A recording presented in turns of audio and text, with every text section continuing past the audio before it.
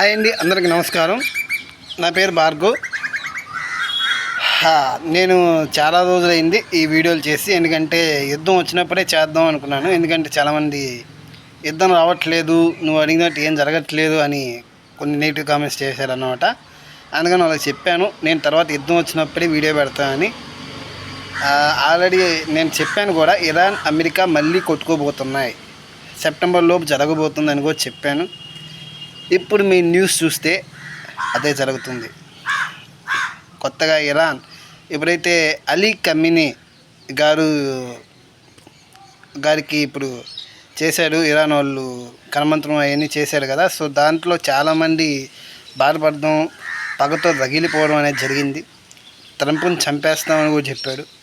So దానివల్ల యుద్ధం మళ్ళీ మొదలైంది.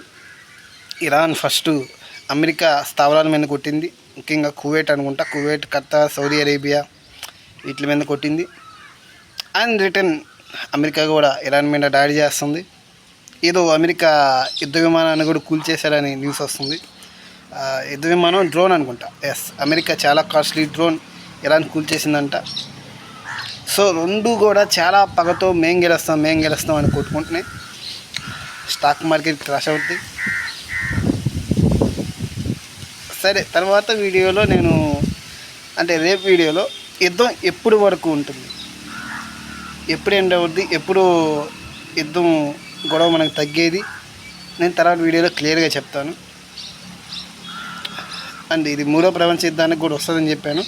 సో దాని గురించి కూడా తర్వాత వీడియోలో చెప్తాను. అంతవరకు ఉంటాను. రేపు వీడియోతో మళ్ళీ కలుద్దాం.